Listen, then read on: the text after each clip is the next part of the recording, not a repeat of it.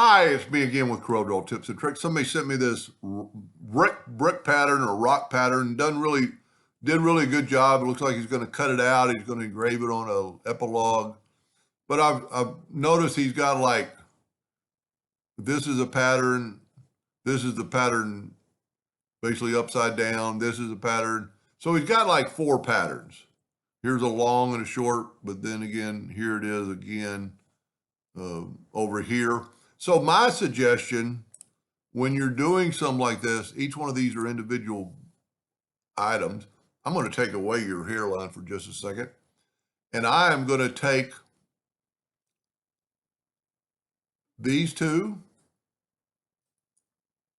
and I am going to take, well, that's really this, well, that's a little bit different. So let's take these two, and let's move them. I didn't grab them all. I just went to the internet and typed in brick pattern. And it came up with this kind of a grudge look, and you could do a lot with this. So my suggestion would be to pick out a couple of these. And what you're going to want to do is make a duplicate of it. And so you can do it more than once. And then just select your item. You've got to have this selected for this to work, because if you don't have it selected, everything else on the page will go away. And let's pick this one. Let's pick this one right here. So make sure it's selected, then get your crop tool and just crop out this. And there's probably 100 ways you could do this, and this might be the easiest. So there I got a crop. Now it is a bitmap, so it's going to have a white bounding box. Go up to arrange, order, backup page, and you can see it's got a white box and it's fuzzy. So we'll select it. It's pretty small, so we're just going to trace bitmap, outline trace clip art. It's going to trace it really fast, and it's already done it. And then just move your trace out of the way, and you can see some of the white part. So we're going to go to arrange, group, and ungroup it.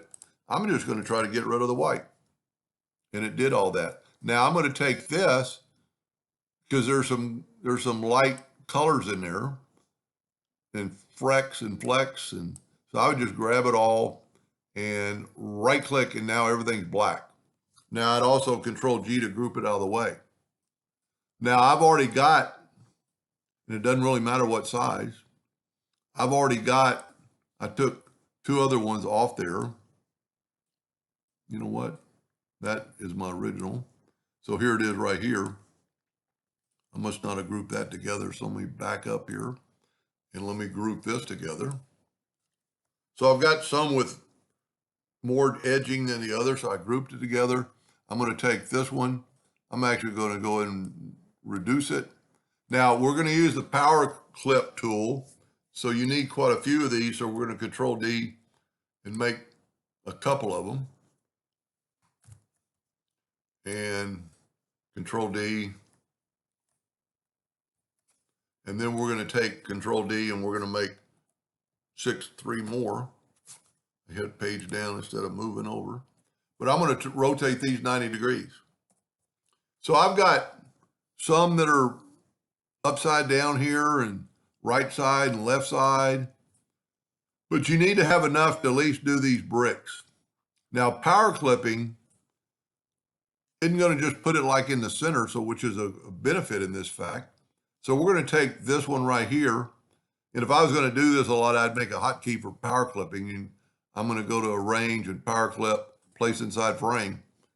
And there's one grunge brick. And while we're here, we're going to take this one, which is upside down of that one. And see, it's power clip, so it's not going to all show. You can arrange that, power clip, place inside frame. See, that one's totally different than the other one. But then we could go and edit it, and you can see what I'm doing. You could actually take it and squeeze it in there more, have more or less, and then say finish. Now, you're only going to have to do this to several of them, because we're going to duplicate. So I'm going to go to arrange, power clip, place inside frame on this one. I'm going to take this one. See, this is why I would make a hotkey. And I'm going to put one there. See, so these two are the opposite, and they're a little bit different. And we can actually go to edit and make this one completely different than that other one. You probably want that right on the edge and say finish. So these two are the same ones, but they're flipped. Now the skinny one, and this is just my suggestion. Let's see the skinny one. Let's rotate this 90 degrees. And let's go to arrange, power clip, place inside frame, and let's put it in the skinny one. So you get very little, but you go to edit and look at that. Now we can take our pick tool and we can actually slide this down a little bit, slide it up a little bit and have more. But when you say finish, the rest of it goes away. We'll do just a few more. I haven't used this one yet. So I'm going to grab it and I'm going to do the vertical ones. Yeah, I would think you'd want to use the vertical ones and not. So go to power clip, place inside frame. That looks pretty good. The only thing, intersect tool would work better, but you can't really do it in this. We're going to put this one in this long skinny one. So I'm going to get it, arrange, power clip. And look at you can't even notice that those two are copied. And he might not even like what I'm doing, but there's plenty of things out there on the internet you could use as a pattern. You could probably even find it in Corel. I just didn't take enough time to look. So let's go to arrange, power clip, and let's put it there. Let's take this one, arrange. I might make a second video on power clipping hotkey because this would save you a lot of time. Let's put this one in that little bitty one. So they're all going to be a little bit different. Now this one is a fat brick. Let's go to arrange, power clip, place inside frame. But see, that looks pretty good because on this one, you could do just the opposite. And we'll do that. We'll flip this guy, mirror it, go to arrange, power clip, place inside frame. But then those two look so similar. We're going to go to edit. Let me zoom in here a little bit. We're going to go to edit, get your pick tool, and move that over. And it's going to be a total different look than that other brick.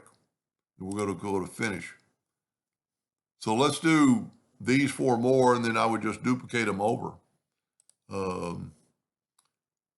Arrange, power clip, and if you'll stay tuned, I am going to make part 2 on making a hotkey for power clipping because it would save you, especially in this case, would save you a lot of time. See, and that one's totally different than the other fat one. And then let's do 2 more. I think I've got 2 more verticals. And you could use horizontal on the vertical ones too, but I think it just looked better. Let's go to range, power clip, place inside frame, do that little skinny one. See, it's got very little, but that might be pretty good. But if you go to edit, see, you can squeeze this down and at least have, and you could squeeze it both directions and then say finish. I mean, look at that. Now let's do one more. Let's go ahead and use it. And you could also, probably before you do this, you could Control D and make a duplicate of this guy and actually just move it over and then group these two together, Control G, go to edit, power clip. You see, I don't use power clip very much. I mean, look at that. We added those 2 bricks, but it made it look totally different. And this, I apologize that this isn't what you're looking for. Control G to group it together and just place it in here. And I'm going to get rid of this side totally. You don't have to hit your calculator.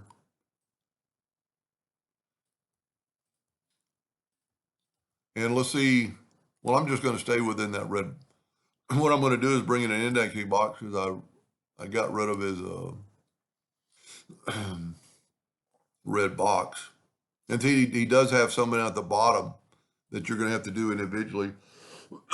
But anyway, We're going to delete all these. I'm just going to delete them all. Now this is, let's say, let's nudge 3 inches. I think this is a group, and it is.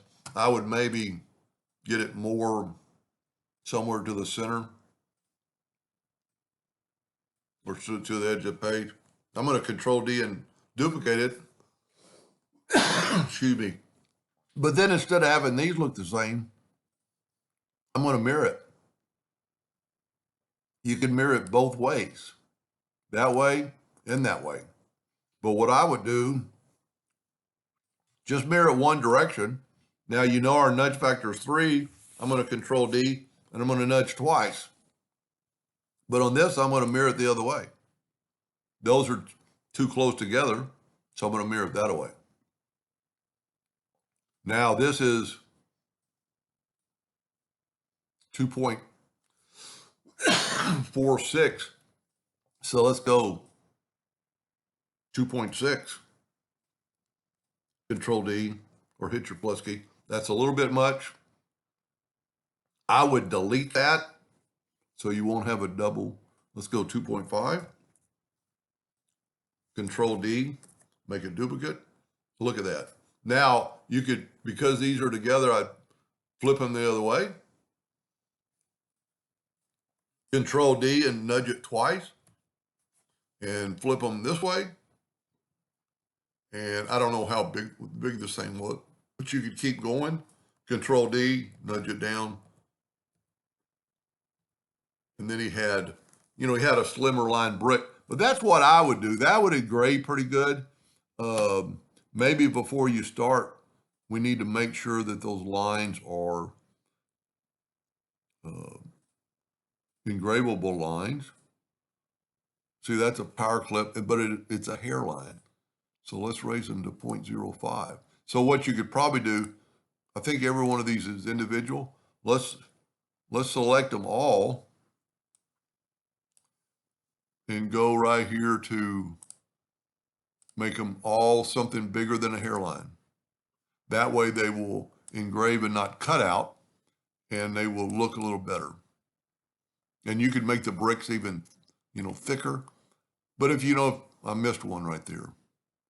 I missed one, so make sure you get them all when you start because I duplicated it over. But that's how I would do it. I random more, maybe, put them at an angle. You could take, they don't have to be, when you put them in the, let's just do one. Let's say this is one of our bricks. And let's take this one and this is just my suggestion, angle it, go up to arrange, power clip, place inside frame, and see now it's kind of at an angle. And if you mixed a couple of those in there, you'd be good and well and on your way. I hope that's what he was looking for, and thank you for watching.